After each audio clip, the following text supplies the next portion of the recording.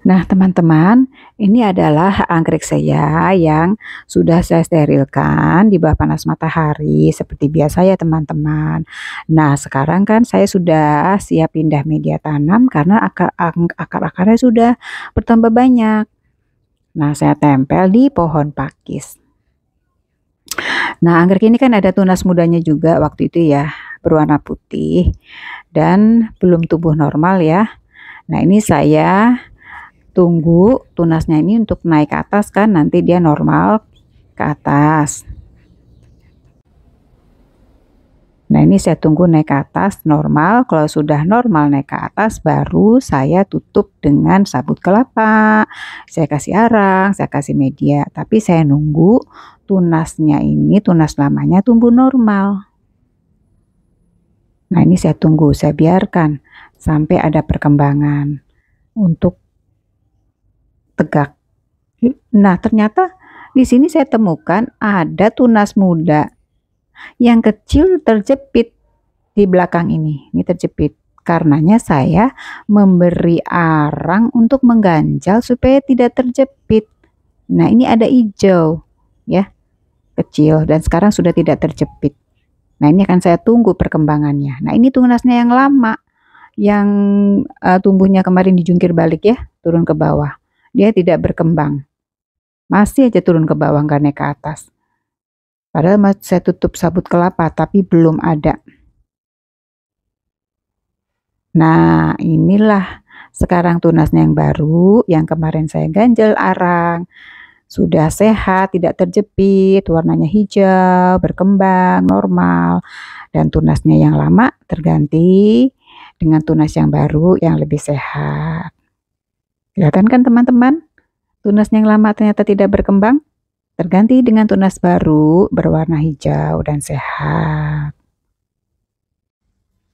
Nah, teman-teman, ini adalah sabut-sabut kelapa yang saya susun di pohon pakis. Nah, gunanya adalah untuk menempelkan anggrek yang baru ditanam supaya akarnya itu nanti menjalar di sabut kelapa ini. Karena kan akar ini nanti akan nyaman ada di media sabut kelapa yang empuk dan juga memberi kelembapan.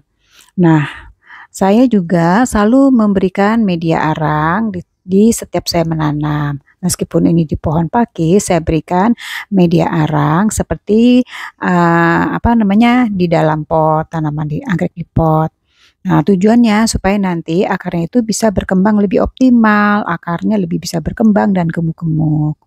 Nah, ini juga ketika saya menanam anggrek-anggrek, akarnya itu harus ada yang di luar, jangan terkubur semua.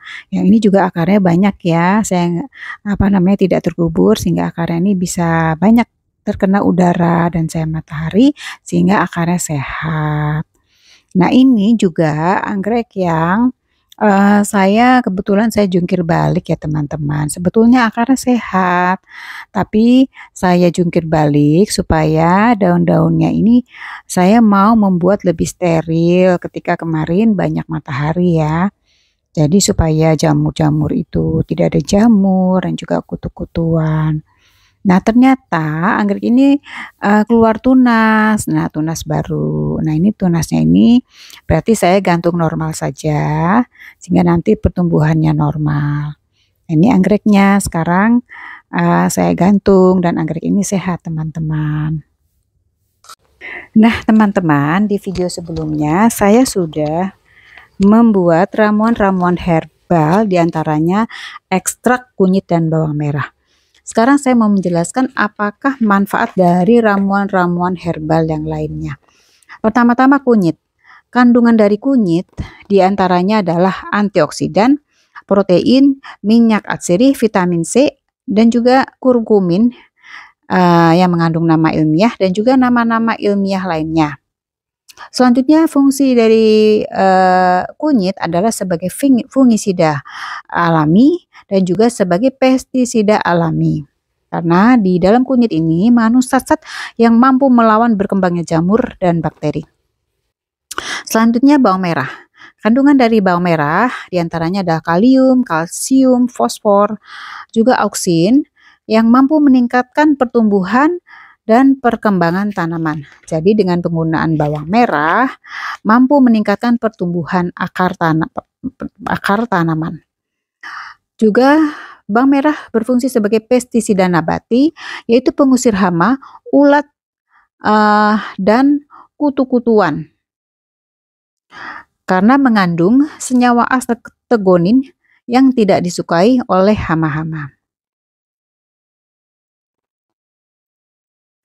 Selanjutnya adalah tembakau berfungsi sebagai pestisida organik karena mengandung nikotin yang mampu mengendalikan kutu, walang sangit, ulat, dan kutu-kutuan.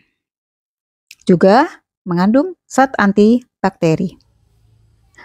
Lalu lidah buaya mengandung zat perangsang tumbuh berupa hormon auksin dan giberelin yang mampu memacu pertumbuhan tanaman.